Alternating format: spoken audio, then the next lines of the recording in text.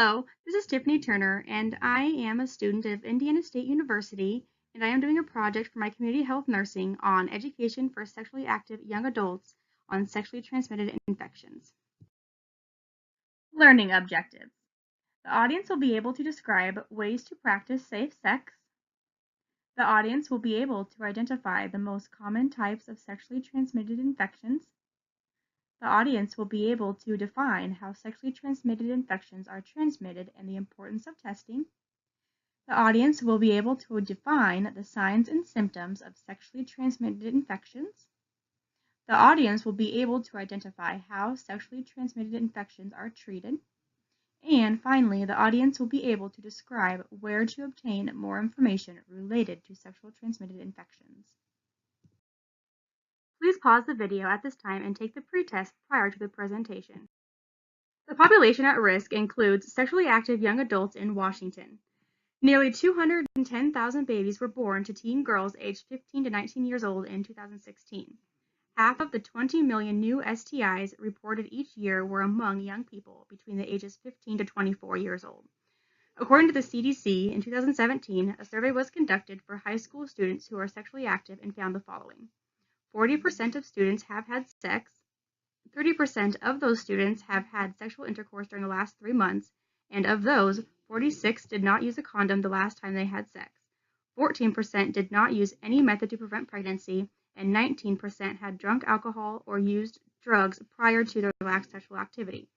10% of students have had 4 or more sexual partners.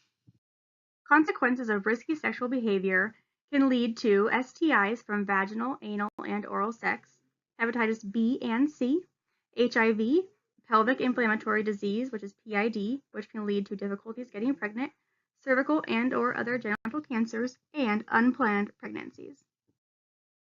Prevention and safe sex practices includes abstinence, which is the only way to prevent STIs, the use of condoms, get tested, which is the only way to know for sure if you have an STI, monogamous relationship with your current partner, vaccinations, which can include the HPV and hepatitis B vaccine, reduce the number of sexual partners, and avoid drugs and alcohol prior to sexual activity. The sexually transmitted infections that are going to be discussed in this presentation include chlamydia, gonorrhea, genital herpes, HPV, which can cause genital warts, and syphilis. Chlamydia, a bacteria transmitted through sexual fluids during sex with an infected person. The incubation period for chlamydia is 1 to 3 weeks. Chlamydia is the most common STI in the U.S. Prevention, you can practice safe sex and have regular screenings. Some people may not have signs and symptoms, but symptoms may show up weeks later, and those symptoms can include burning or painful sensation with urination, abnormal vaginal or urethral penis discharge, bleeding, and pain with intercourse.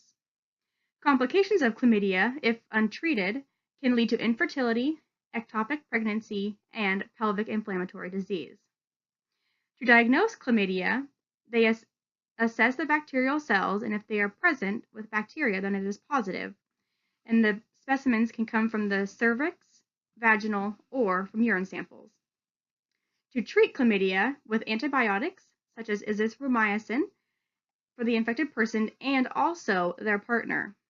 And you can also abstain from sexual activity until the full course of antibiotics is complete. Gonorrhea, a bacteria transmitted through sexual activity affecting the mucous membranes of the reproductive tract.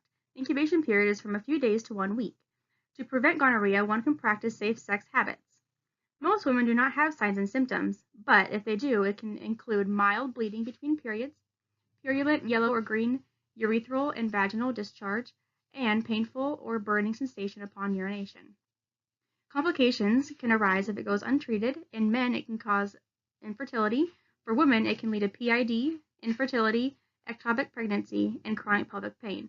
It can also lead to fever, skin lesions, joint pain with swelling and redness. To diagnose, vaginal and urethral secretion swabs are tested for the infection. For treatment, antibiotics, both IM Rocephin and oral azithromycin together. Treat partner as well, and abstain from sexual activity during the treatment and 1 week after the antibiotic is completed. Genital herpes, a recurring virus caused from the herpes simplex virus 2. Even without signs and symptoms, the disease can spread with sexual activity through the body fluids. Most people with the virus do not have symptoms or even know they have the disease. A person with oral herpes performing oral sex on their partner can infect their partner with genital herpes. To prevent genital herpes, avoid sexual activity when sores are present and use condoms. Although keep in mind that condoms do not fully protect, as the sores may occur in areas not protected by the condom. Signs and symptoms include burning, itching, and tingling sensation, painful vesicles, ruptured vesicles, which then crust over, also local inflammation, fever, headache, and fatigue. To diagnose, culture lesions to detect the virus, and an antibody blood test can be performed. There is no cure for genital herpes, although one can take antivirals such as acyclovir to help prevent and shorten the outbreaks. One can do a daily suppressive therapy to help reduce risk of the transmission to their partners and decrease discomfort related to the painful lesions. HPV, the human papillomavirus, which can cause genital warts, is transmitted by skin-to-skin contact and during sexual activity. HPV can be spread even when an infected person has no signs and symptoms.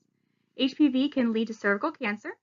To prevent HPV, you can receive the HPV vaccine, have regular cervical cancer screenings, and practice safe sex habits. Most people do not have symptoms, although when they do arise, one will notice genital warts appear cauliflower-like, white to gray or pink fleshed color. Biopsy of the growth is done to diagnose the virus, or one can obtain a specimen from the female cervix. There is no treatment for HPV, although one can remove a symptomatic wart. Syphilis, a bacteria transmitted with direct contact with the canker during sexual activity. The sores may not be visible as it can be inside the vagina or hiding in an orifice. To prevent syphilis, you can practice safe sex behaviors and avoid sexual activity when the lesions are present. There are stages of syphilis, and if not treated promptly, the disease progresses to the next stage. The primary stage of syphilis is within 10 to 90 days post-exposure, where painless sores appear on the lips, the genitalia, and there could be drainage of blood, which is highly infectious, and this stage can last 3 to 6 weeks. Secondary stage of syphilis occurs a few weeks after the canker heals, and one will have flu-like symptoms, sore throat, mucus patches in the mouth, weight loss, and a symmetric non-itchy rash on the trunk, hands, and feet. And this stage can last 1 to 2 years. In the latent stage, there are no signs and symptoms, although you still have syphilis in the body. The tertiary stage occurs 1 to 20 years post-initial infection, and it may affect the heart, blood vessels, brain, and the nervous system, bones, and the liver, which eventually can lead to organ damage and even death. To diagnose syphilis, they do a blood culture and a specimen of the syphilitic sore, and treatment with an antibiotic, an IM intramuscular of a penicillin G. Please pause the video at this time to check your answers from the pretest and see how well you did. Online and community resources to find more information on sexually transmitted infections can include going to the website for Center for Disease Control and Prevention website, the CDC, which is a really great resource, the American Sexual Health Association website, and the healthfinder.gov website. For places in your local area to find out more information, one can visit the local health department, the school nurse, or even your primary care provider. These are the references that I use to find information for my project. So I just want to thank you guys for taking time to listen to my presentation, and I hope you guys have a great day. Thank you.